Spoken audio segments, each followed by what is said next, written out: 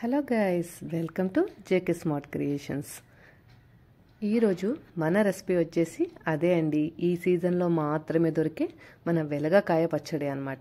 ఈ వెలగకాయ పచ్చడిని ఎంతో టేస్టీగా నిల్వ ఉండేలాగా ఎలా తయారు చేసుకోవాలో మీకు చూపించేస్తాను. దీనిని వెలగ పండు అని కూడా పిలుస్తారు. మరి ఇంకెందుకు ఆలస్యం, వీడియోలోకి వెళ్ళిపోదామా? నేనైతే ఇలాంటి ఒక మీడియం సైజు వెలక్కాయని తీసుకున్నానండి. ఇది మరీ పచ్చిగా లేదు, అలా అని పండుగ లేదు, దూరగా ఉన్న ఒక కాయని తీసుకున్నాను. అది కూడా మీడియం సైజులో ఉంది. దీని పెంకు వచ్చేసి చాలా గట్టిగా ఉంటుందండి. ఇలా ఏదన్నా గట్టి రాడు దాంతో కొడితే మనకి ఇలా ఓపెన్ అవుతుందన్నమాట. చూస్తున్నారు కదా, మరీ పచ్చిగా లేదు, అలానే పండుగ కూడా లేదు. ఇది చేతితో తీయడం చాలా కష్టము. ఇలా మనం కొంచెం స్పూన్తోనే తీసేసుకుందాము దీన్నంతా కూడా. అయితే కొంచెం గట్టిగా ఉన్నప్పుడైతే అంత ఈజీగా రాదండి, స్పూన్తో కొంచెం గట్టిగానే తీయాల్సి వచ్చింది నాకైతే. ఇంకా ఇది వచ్చేసి కొంచెం గమ్మిగా కూడా ఉంటుంది అనమాట మనకు తీసేటప్పుడు.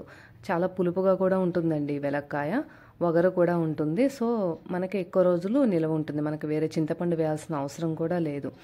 ఇంకోటి, ఈ సీజన్లో మాత్రమే దొరికే ఎలాంటి పండ్లైనా సరే, ఒక్క వెలక్కాయని కాదు, ఎలాంటి పండ్లైనా సరే మనం సీజన్లో వచ్చినప్పుడు వాటిని తీసుకోవాలండి, ఎందుకంటే హెల్త్కి చాలా మంచిది. అయితే ఇప్పుడు మనం ప్యాన్ పెట్టేసుకుందామండి. ప్యాన్ పెట్టేసుకొని ప్రాసెస్లోకి వెళ్ళిపోదాము. అయితే వెలక్కాయలో సి విటమిన్ పుష్కలంగా ఉంటుందండి, అలాగే పీచు ఉంటుంది కాబట్టి ఫైబర్ కంటెంట్ కూడా బాగుంటుంది. అయితే మనం ఈ సీజన్లో మాత్రమే ఇది యూజ్ చేస్తాం కదా. మనకి జలుబులు, జ్వరాలు ఇలాంటివి ఉన్నప్పుడు కూడా దానిలో ఉన్న వగరు, పులుపు ఇవన్నీ ఉంటాయి కాబట్టి మనకి యాంటీబయాటిక్ లాగా పనిచేస్తుంది. దీన్ని యాపిల్ వుడ్ అని కూడా పిలుస్తారు. అయితే మన ఆయిల్ అయితే హీట్ అయిందని నేను ఆయిల్ వేసుకున్నాను. 2 స్పూన్స్ ఆయిల్ హీట్ అయింది. హీట్ అయిన తర్వాత నేను ఒక 2 స్పూన్స్ అయితే ధనియాలని యాడ్ చేసుకుంటున్నాను. అలానే కొద్దిగా జీలకర్ర, ఇంకా ఆవాలు, కొంతమంది అయితే మెంతులు కూడా యాడ్ చేసుకుంటారండి. ఎందుకంటే నాకు ఉన్న నేను తీసుకున్న కాయలో అయితే కొంచెం వగరు ఎక్కువగానే అనిపించింది కాబట్టి నేను మెంతులు వేసుకోవట్లేను. జస్ట్ కొంచెం ధనియాలు, అలానే జీలకర్ర, కొద్దిగా ఆవాలను వేసుకున్నాను అనమాట.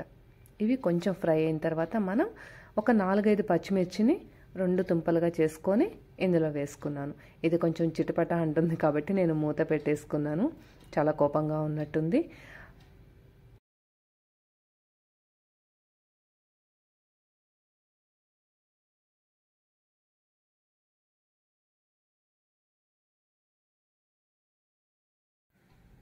ఇంకా మనకి మిర్చి కొంచెం ఫ్రై అయిన తర్వాత, ఈ 4 మిర్చి సరిపోదండి, మనకి పుల్లగా ఉంటుంది కాబట్టి వెలక్కాయ. 4 ఎండుమిర్చిని కూడా యాడ్ చేసుకున్నాను అండి. ఈ ఎండుమిర్చి ఇవి కొంచెం వేగుతూ ఉంటాయి. అయితే మీరు నా ఛానల్ని కనుక ఫస్ట్ టైం చూస్తున్నట్లయితే ప్లీజ్ సబ్స్క్రైబ్ చేయండి. మీ సపోర్ట్ నాకు ఎంతో అవసరము. ఈ ఛానల్ మరింత మందికి రీచ్ అవ్వడం కోసం లైక్ చేయండి, ప్లీజ్ షేర్ కూడా చేయండి. అయితే ఇవి కొంచెం వేగిపోయాయండి. ఇవి వేగిన తర్వాత మనం ఏదైతే తీసి పెట్టుకున్నామో వెలక్కాయది, ఆ గుజ్జంతా కూడా ఇందులోకి యాడ్ చేసేసుకుందాం. ఇది కొంచెం ఫ్రై అయితే సరిపోతుందండి, మనకి కొంచెం గోల్డెన్ బ్రౌన్ కలర్ వచ్చే వరకు వేగితే సరిపోతుంది.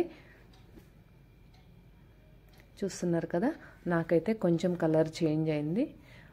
ఇంకేం లేదండి, దీన్ని స్టవ్ ఆఫ్ చేసుకొని పక్కకు పెట్టేసుకొని చల్లారిన తర్వాత మనం మిక్సీ చేసుకోవడం. ఇది చల్లారిపోయిందండి. ఇంకా దీన్ని మనం మిక్సీ జార్లోకి తీసేసుకుందాం. మొత్తం తీసేసుకొని నేను కొద్దిగా ఉప్పుని యాడ్ చేస్తున్నాను.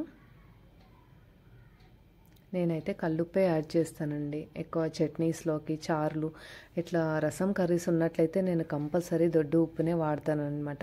సాల్ట్ అంత మంచిది కాదండి. మ్యాక్సిమం ఇంట్లో దొడ్డు ఉప్పు ఉంటే కనుక మీరు కూడా అదే యూజ్ చేయడానికి ట్రై చేయండి. అయితే నాకు ఇది కొంచెం కచ్చాపచ్చగా గ్రైండ్ అయింది, ఇంకా ముక్కలు ఉన్నాయన్నమాట. నేను కొద్దిగా వాటర్ని యాడ్ చేసుకుంటున్నాను.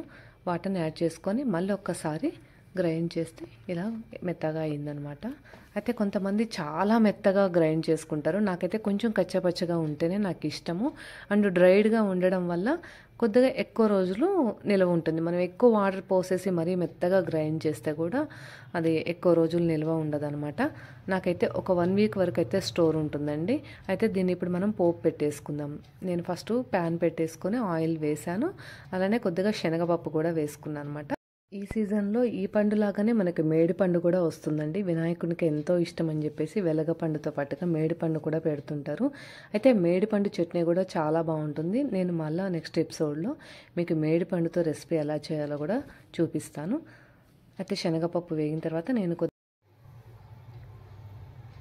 మనం కొద్దిగా జీలకర్ర ఆవాలను కూడా యాడ్ చేసుకుందాము. అయితే నేను వెలక్కాయ చట్పట్ అని ఎందుకు యాడ్ చేశానంటే ఇది చూడ్డానికి పొడి పొడిగా చాలా క్రిస్పీగా కూడా ఉందండి నోట్లో వేసుకుంటే.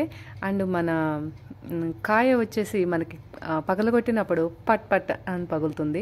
మన తాలింపు వచ్చేసి చట్ చట్ అని సౌండ్ వస్తుంది. నాకు అలా పెట్టాలనిపించింది. మీరు పచ్చడి అని పిలుచుకోండి, పోపు అని పిలుచుకోండి, దాన్ని ఏమని పిలుచుకుంటారో అది మీ ఇష్టం. నాకు మాత్రం వెలక్కాయ చట్పట్ అనే పిలవాలనిపిస్తుంది. అండ్ తినడానికి కూడా చాలా టేస్టీగా ఉంది. మీరు కూడా ట్రై చేయండి. నాకు ఇలా కొంచెం పొడి పొడిగా ఉంటే ఎక్కువ రోజులు నిలవ ఉంటుందని చెప్పేసి నేను కచ్చాపచ్చిగా ఉన్నప్పుడే నేను దాన్ని తీసేసాను. మీరు కావాలంటే ఇంకొంచెం వాటర్ యాడ్ చేసుకొని ఇంకా మెత్తగా కూడా గ్రైండ్ చేసుకోవచ్చు. మరి ఇంకా మీరు కూడా ట్రై చేసి ఎలా ఉందో కామెంట్ రూపంలో కామెంట్ చేయండి. వీడియో నచ్చితే లైక్ చేయండి. ఛానల్ని ఫస్ట్ టైం చూస్తున్నట్లయితే సబ్స్క్రైబ్ చేసుకోండి. Thank you for watching. Bye.